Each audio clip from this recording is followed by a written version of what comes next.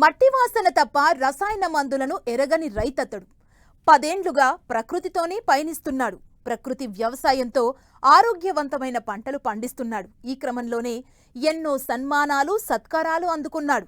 నా పొలమే నాకు market yard, నేను చెప్పిందే రేట్ అంటున్నాడు ఆదర్శ రైతు కోట రంజిత్ కుమార్. ఇంతకు అతను పండిస్తున్న పంటలేంటి, సాగులో పాటిస్తున్న పద్ధతులు, మార్కెటింగ్ ఏ విధంగా చేస్తున్నాడో మనము తెలుసుకుందామా?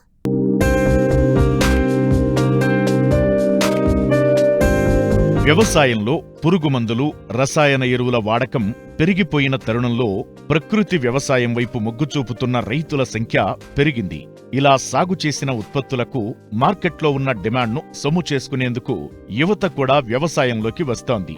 ఇలా వచ్చి 10 ఏళ్లుగా ప్రకృతి విధానంలో దేశీ వరి రకాలు, అపరాల పంటలు పండిస్తూ ముందుకు సాగుతున్నారు కృష్ణా జిల్లా బంటుమిల్లి మండలానికి చెందిన ఆదర్శ రైతు కోట రంజిత్ కుమార్.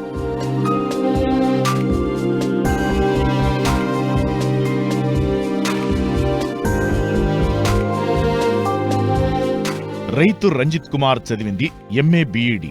కుటుంబ ఆరోగ్యం కోసం ప్రకృతి వ్యవసాయం చేయడం మొదలుపెట్టాడు. ప్రస్తుతం 14 ఎకరాల్లో పలు రకాలు దేశీ వరి రకాలతో పాటు మినుము పంటలను సాగు చేస్తున్నారు.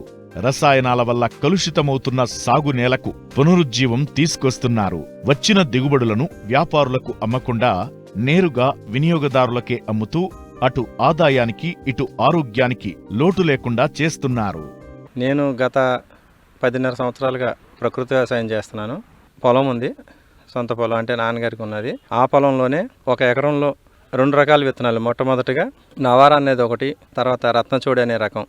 ఈ 2 కూడా పిల్లలకి కానీ పెద్దవాళ్ళకి కానీ మంచివనే ఉద్దేశంతో గౌరవనీయులు విజయరామ్ గారి దగ్గర విత్తనం తీసుకోవడం జరిగింది. నేను అక్కడి నుంచి మొదలైన ప్రయాణం 1 ఎకరం నుంచి ఇప్పుడు 14 ఎకరాల వరకు వచ్చిందండి.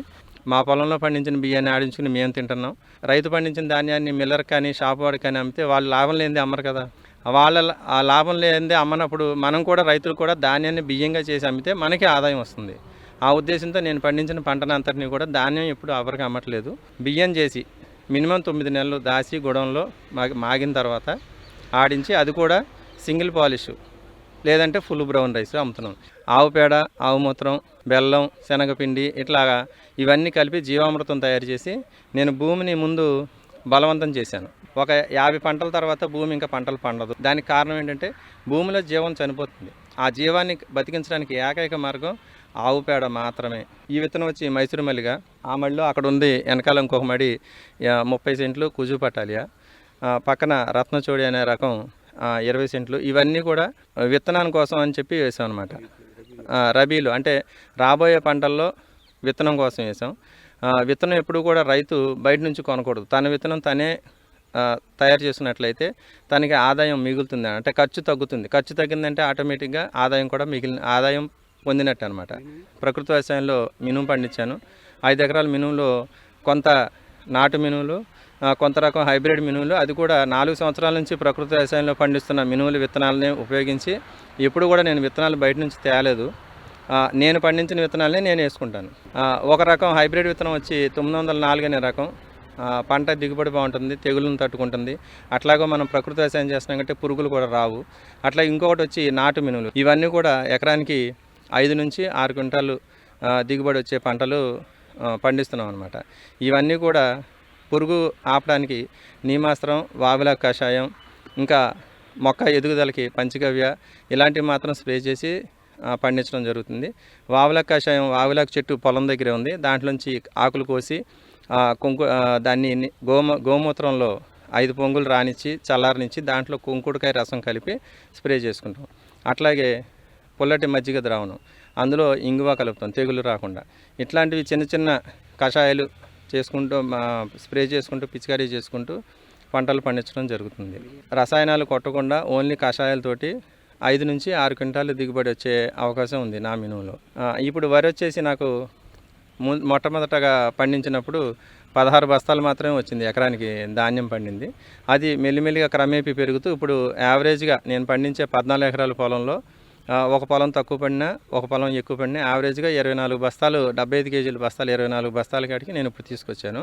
ఈ పంట అంతటినీ కూడా నేను స్టోర్ చేసి మినిమం 9 నెలలు మాగబెట్టిన తర్వాత ఆడించి దాన్ని సింగిల్ పాలిష్ కానీ ముడి బియ్యం కానీ కస్టమర్లకి నేను నేరుగా వాట్సాప్లో కానీ ఫేస్బుక్లో కానీ పబ్లిసిటీ చేసుకుంటూ, అట్లాగే తిరుమల తిరుపతి దేవస్థానానికి కూడా స్వామివారికి కలియుగ ప్రత్యక్ష దైవం వెంకటేశ్వర స్వామి వారికి నైవేద్యం వండటం కోసం నేను బియ్యం పంపించాను. ఇప్పుడు మా కోరిక ఏంటంటే, నాలాంటి ప్రకృతి రైతులను ఇంకా ప్రోత్సహించడం కోసం రసాయన వ్యవసాయం మానిపించి అందరినీ ప్రకృతి వ్యవసాయం చేసే దారిలో వైపు మళ్లించాలంటే వాళ్ళకి కొంచెం మార్కెటింగ్ అవకాశం ఇవ్వాలి. దాని ధర వెసులుబాటు మాకు కానీ కలిగించి గుడులు దేవాలయాలకు కానీ గవర్నమెంట్ కానీ తీసుకుని వాళ్ళకి సప్లై చేసినట్లయితే అందరూ ప్రకృతి వ్యవసాయం చేయగలుగుతారు. మాకు బాగుంటుంది, అట్లాగే మా తోటి రైతులు కానీ లేకపోతే ప్రజల ఆరోగ్యం, ఎవరైతే ప్రకృతి వ్యవసాయం పండిస్తారో మెయిన్ వాళ్ళ కుటుంబ ఆరోగ్యం బాగుంటుంది.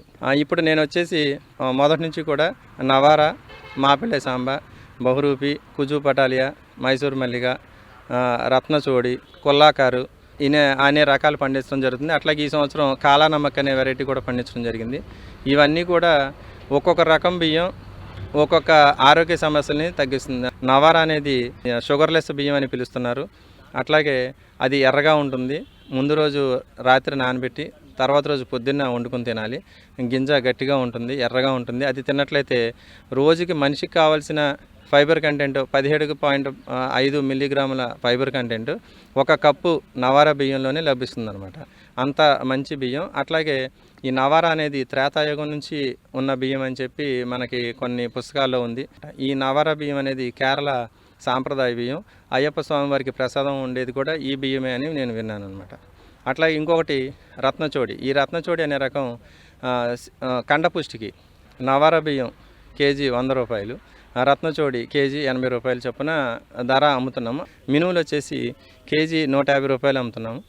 పప్పు చేసినట్లయితే ఆ పప్పు చేసే అవకాశం అందరికీ ఉండదు కాబట్టి నేనే పప్పు చేపించి ఇస్తాను. ప్రాసెసింగ్ ఫీజు కింద 10 రూపాయలు, కేజీ 160 రూపాయలు మినప్పప్పు, మినువులు అయితే 150 రూపాయలు కేజీ అమ్ముతాను. హైటెక్ యుగంలో ప్రజలంతా బిజీ అయిపోయారు. ఉద్యోగ వ్యాపారాలతో ప్రజల జీవనశైలి మారిపోయింది. దీంతో అందరూ ఫాస్ట్ ఫుడ్ బాట పట్టారు. అయితే ఫాస్ట్ ఫుడ్ తింటున్న అనేక మంది రోగాల బారిన పడి నానా ఇబ్బందులు పడుతున్నారు. ఈ సమస్య నుండి బయటపడేందుకు అందరి చూపు మిల్లెట్స్ పై పడింది. ఉదయం టిఫిన్ నుంచి రాత్రి డిన్నర్ వరకు అందరూ చిరుధాన్యాల ఫుడ్ కి అలవాటు పడుతున్నారు. దీంతో మార్కెట్లో మిల్లెట్స్ కి ఏర్పడిన డిమాండ్ ని ఉపయోగించుకొని ఉపాధిగా మార్చుకోవాలని సూచిస్తూ మహిళలకు ఉచిత శిక్షణను ఇస్తున్నారు ఆముదాల వలస శాస్త్రవేత్తలు.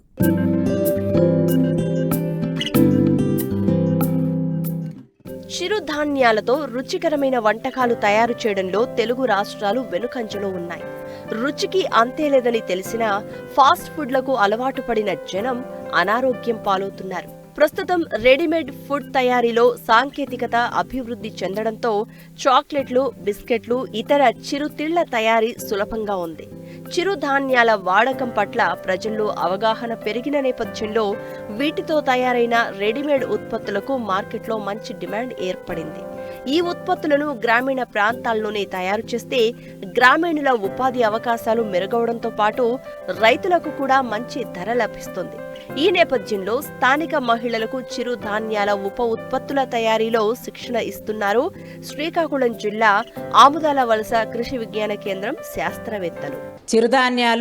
చిరుధాన్యాల పోషక విలువలు, దాంతో తయారు చేసుకునే విలువాధారిత ఉత్పత్తుల గురించి తెలుసుకుందాం. అలానే కేవీకే ఆముదాల వలసలో చిరుధాన్యాలతో విలువాధారిత ఉత్పత్తుల సెక్షన్ల గురించి కూడా తెలుసుకుంటున్నాం.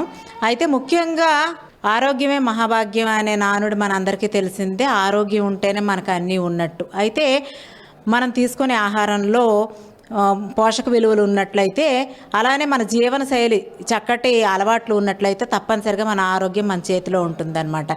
ముఖ్యంగా మనం తీసుకునే ఆహారంలో వరి, గోధుమలనే ఎక్కువగా తీసుకోవటం, మిగతా పోషక విలువలు ఉన్న ఆహార ధాన్యాలు తీసుకోకపోవటం అనేది ప్రధాన సమస్య. దీనివల్ల ఏమవుతుందంటే ముఖ్యంగా చిన్నపిల్లలకి, అలానే యుక్త వయసు వాళ్ళకి, పెద్దవాళ్ళకి కూడాను ఊబకాయం, అలానే మధుమేహం, హృద్రోగాలు, గుండె జబ్బులు అలాంటి చాలా ఆరోగ్య సమస్యలని ఎదుర్కొంటున్నారు.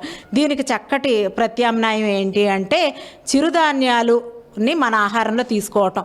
చాలామందికి ఈ రోజుల్లో చిరుధాన్యాల గురించి తెలుసు. ముఖ్యంగా చిరుధాన్యాలు అని అంటే రాగులు లేదా చోళ్ళు అంటాం. రాగులు, సజ్జలు, సామలు, కొర్రలు, అండుకొర్రలు, ఆరికలు, ఓదలు, ఇవన్నిటినీ మనం చిరుధాన్యాలు అని పేర్కొంటాం. అయితే పోషకాహార నిపుణులు ఈ చిరుధాన్యాలని ప్రస్తుత కాలంలో సిరిధాన్యాలుగా పేర్కొంటున్నారు. అలానే పోషకాహార గనులు అని కానీ పేర్కొంటున్నారు. ఎందుకు అని అంటే దీనిలో మనకి శరీరానికి కావలసిన శక్తినిచ్చే పిండి పదార్థాలతో పాటుగా మనకి సూక్ష్మ పోషకాలు లేదా మైక్రోన్యూట్రియంట్స్ అయిన విటమిన్లు మరియు ఖనిజ లవణాలు పుష్కలంగా ఉన్నాయి. రసాయనాలతో వాడకుండా అస్సలు వినియోగం లేకుండా పండించే పంటలు ఈ చిరుధాన్యాలు. ఈ చిరుధాన్యాలు మనం ఆహారంలో తీసుకోవటం వల్ల సేంద్రియ ఆహారం తీసుకోవటంతో పాటు పోషకాహారం కూడాను మన శరీరానికి అందించగలిగిన వాళ్ళం అవుతాం. అయితే ఈ చిరుధాన్యాలతో చాలామందికి అనుమానం రావచ్చు, ఏ ఆహారం తీసుకోవచ్చు అనేది. ఈ చిరుధాన్యాలతో మనం వరి, గోధుమలతో, బియ్యపిండి, గోధుమ పిండితో ఏమైతే చేసుకుంటున్నామో అన్నీ కూడాను అన్నం, పాయసం, అలానే సాంప్రదాయ వంటలైన అరిసెలు, మురుకులు ఇలాంటి వాటితో పాటుగా మనం దోశ పిండిలు, అలానే ఇడ్లీ రవ్వలు, ఉప్మా రవ్వలు ఇలాంటివి రెడీ టు కుక్ ఫుడ్స్ కూడా మనం తయారు చేసుకోవచ్చు. అదేవిధంగా వర్మిసెల్లి, అలాంటి పాస్తా ఇలాంటివి కూడా చిరుధాన్యాలతో తయారు చేసుకోవచ్చు. దీనిలో పుష్కలంగా మనకి పోషక పదార్థాలు ఉన్నాయి. అయితే ఈ చిరుధాన్యాల్లో ముఖ్యంగా ఉన్న పోషక విలువలు ఏంటి అని అంటే దీనిలో మనం ముందుగా చెప్పుకుంటున్నట్టు రాగులు తీసుకున్నట్లయితే రాగుల్లో ఎక్కువగా పాలలో ఉన్నంతగా కాల్షియం అనేది ఉంది. కాల్షియం మనందరికీ తెలుసు. కాల్షియంలో మన శరీరానికి ఎముకల దృఢత్వానికి, ఎముకలు గట్టిగా ఉండటానికి బాగా దోహదపడతాయి. అంటే అందరికీ కూడా పాలు తీసుకోవటం, ఆహారంలో చేర్చడం అనేది కుదరదు. కాబట్టి రాగుల్ని లేదా చోళ్ళనితో అంబలి కానీ చేసుకున్నట్లయితే ఇంచుమించు శాస్త్రవేత్తలు ఏం చెప్తున్నారంటే మనకి పాలలో ఎంత కాల్షియం ఉందో, ఒక గ్లాస్ పాలలో కాల్షియం ఎంత ఉందో 100 గ్రాముల రాగి పిండిలో కూడా అంతే ఉంది. కాబట్టి ఒక గ్లాసుడు మనం అంబలి తీసుకోవడం వల్ల పాలుతో సమానంగా ఉండే కాల్షియం మనకి లభిస్తుంది. అందువలన రాగుల్ని పేదవాడి పాలు అని కూడా అనేవాళ్ళు. అలానే మనకు సజ్జల్లో ముఖ్యంగా మంచి కొవ్వులు, మనకి హృదయంకి బాగా, మనకి గుండెకి పనికొచ్చే కొవ్వు పదార్థాలు, మంచి కొవ్వు పదార్థాలు ఉన్నాయి. అదేవిధంగా దీంట్లో మాంసపు కృతులు లేదా ప్రోటీన్లు కూడాను అధికంగా ఉన్నాయి. చిరుధాన్యాలతో, వరి, గోధుమలతో పోల్చుకుంటే మాంసపు కృతులు కూడా అధికంగా ఉండడం అనేది మనం గమనించగలం. మనం ఇతర ధాన్యాలతో, ప్రధాన ధాన్యాలతో పోల్చి చూసుకుంటే చిరుధాన్యాల్లో పీచు పదార్థం అధికంగా ఉంది. కాబట్టి ఇవన్నీ దృష్టిలో పెట్టుకొని కృషి విజ్ఞాన కేంద్రం ఆమ్దాల వలస వారు ఔత్సాహిక యువత, స్త్రీలు, మహిళలు, గ్రామీణ ప్రజలకి చిరుధాన్యాలతో విలువ ఆధారిత ఉత్పత్తులపై శిక్షణ కార్యక్రమాలు నిర్వహిస్తూ ఉన్నారు. కాబట్టి ఈ సదవకాశాన్ని అందరూ వినియోగించుకొని వృత్తి విద్యా శిక్షణ కార్యక్రమాలకి హాజరయ్యి వాళ్ళు స్వయం ఉపాధి పొందవచ్చు. చిరుధాన్యాల్లో ఇనుము, calcium, potassium, manganese, zinc, magnesium, selenium, sodium వంటి ఖనిజ లవణాలు పుష్కలంగా ఉంటాయి. ఉప ఉత్పత్తులను చేయడంతో వీటిని పండించిన రైతులకు కూడా మంచి ధర లభించి ఆర్థికంగా నిలదొక్కునేందుకు అవకాశం ఉంటుంది. గిరిజన ప్రాంతాల్లో ఎక్కువగా చిరుధాన్య పంటలు పండించడం జరుగుతుంది. ఈ గిరిజన రైతులందరూ కూడా వాళ్ళు పండించే పంటల్లో వీలైనంత వరకు ఎటువంటి పురుగు మందులు కానీ అలాగే ఎరువులు కానీ వాడకుండా పండిస్తుంటారు. కాబట్టి సేంద్రియ ఉత్పత్తులు కూడా రాను రాను గిరాకీ పెరుగుతుంది. చాలామంది సేంద్రియ ఉత్పత్తులు తినడానికి కూడా ఆసక్తి కనబరుస్తున్నారు. అందులో ప్రత్యేకించి ఒక రకంగా ఆరోగ్యపరంగా కూడా బాగా అవకాశం ఉండేటువంటి పంటలు ఈ చిరుధాన్య పంటలు. కాబట్టి గిరిజన ప్రాంతాల్లో పండిస్తున్న చిరుధాన్య పంటలకు గిరాకీ పెరగాలన్నా, ధర పెరగాలన్నా, అలాగే గిరిజన రైతుల తాలూకా ఆదాయం పెరగాలంటే ఈ పండిస్తున్న రైతులకు ఎక్కువ ఆదాయం రావడానికి ఈ ఉత్పత్తులన్నింటినీ కూడా విలువ ఆధారిత ఉత్పత్తులుగా తయారు చేసి, అంటే ఈ మైదాన ప్రాంతాల్లో కానీ పట్టణ ప్రాంతాల్లో కానీ తినేవాళ్ళు వీలుగా ఈ చిరుధాన్యాలను, అంటే చిరుధాన్యాలు పండించిన పంటలాగా తినాలంటే కొంచెం ఇబ్బంది కలుగుతుంది. కాబట్టి వాటిని రకరకాలుగా తయారు చేస్తూ బిస్కెట్ల రూపంలో కానీ, రకరకాల పౌడర్స్ రూపంలో కానీ, మాల్ట్స్ రూపంలో కానీ ఈ తయారు చేసి అవి కనుక వారిని అందించగలిగితే ఎక్కువ తినేవారు ఉంటారు. ఎప్పుడైతే మార్కెట్ గిరాకీ పెరుగుతుందో ఈ పంటలు పండించేటువంటి రైతులకు కూడా ఆదాయం పెరగడానికి ఆస్కారం ఉంటుందనేటువంటి ఉద్దేశంతో ఈ కృషి విజ్ఞాన కేంద్రాల ద్వారా గిరిజన మహిళలకు అలాగే మైదాన ప్రాంత యువతకు కూడా చిరుధాన్యాలతో విలువ ఆధారిత ఉత్పత్తుల మీద శిక్షణా కార్యక్రమాలని నిర్వహించడం అనేది జరుగుతుంది. చిరుధాన్యాలలో ఉండే ప్రోటీన్లు, విటమిన్లు, పీచు పదార్థాలు ఆరోగ్యానికి ఎంతో మేలు చేస్తాయి. షుగర్, బీపీ, థైరాయిడ్ వంటి వ్యాధిగ్రస్తులకు ఇవి చాలా అవసరం. ప్రముఖ కంపెనీలు సైతం చిరుధాన్యాల ఉత్పత్తులను తయారు చేస్తున్నాయంటే డిమాండ్ ఎంత ఉందో తెలుసుకోవచ్చు. ప్రస్తుతం వీటి వాడకం విస్తృతమైన నేపథ్యంలో గ్రామీణ ప్రాంతాల్లో ఈ తయారీ యూనిట్లను మరింత విస్తరిస్తే ఉపాధి అవకాశాలు మరింత మెరుగయ్యే వీలుంది.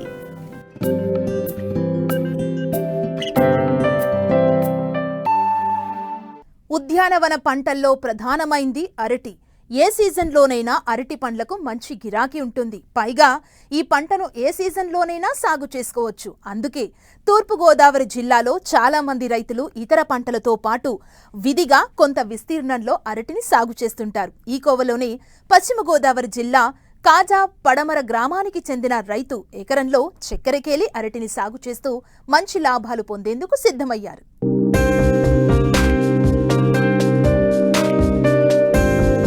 అరటి అమృత ఫలం. అన్ని వయసుల వారు తినే పండిది. అన్ని కాలాల్లోనూ లభిస్తుంది. అరటి పంటకు ప్రకృతి వైపరీత్యాలను ఎదుర్కొని నిలబడే శక్తి తక్కువ. అందుకే ఈ పంటను కంటికి రెప్పలా కాపాడుకోవాలి. ఏడాది పాటు ఉండే ఈ పంటకు పెట్టుబడులు కూడా అధికమే.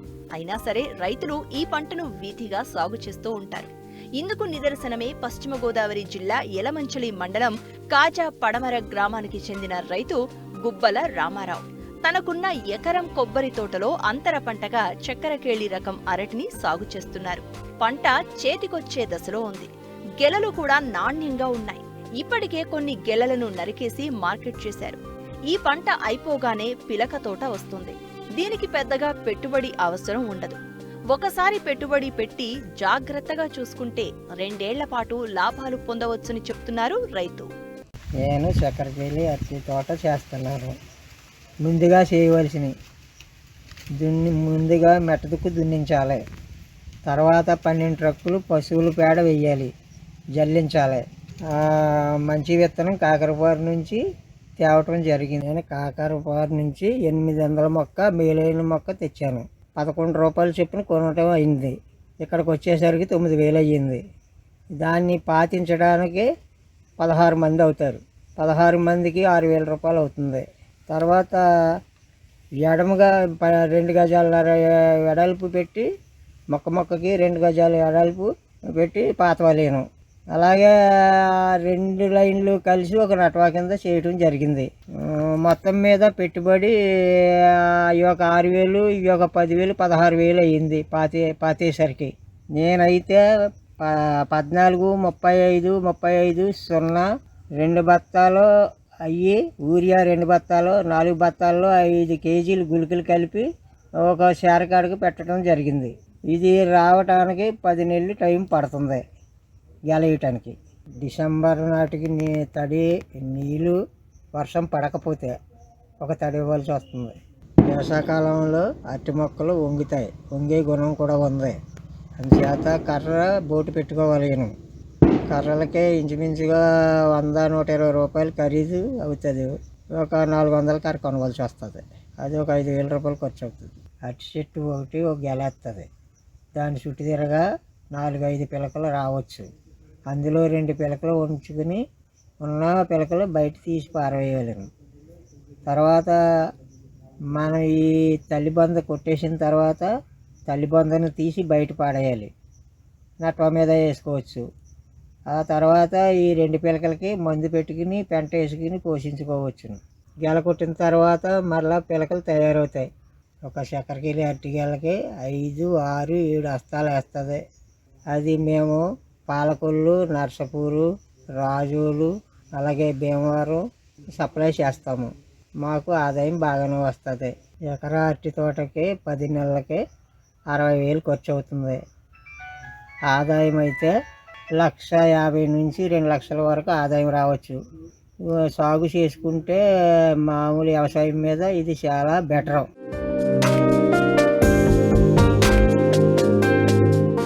వ్యవసాయంలో సమస్యలకు, సందేహాలకు సమాధానాల కోసం మట్టి మనిషి రైతుకు అండగా నిలుస్తోంది. మీరు సంప్రదించవలసిన చిరునామా మట్టి మనిషి 10 TV, road number 36, Jubilee Hills, Hyderabad 500033. మా ఫోన్ నంబర్ 0403010110. 88 971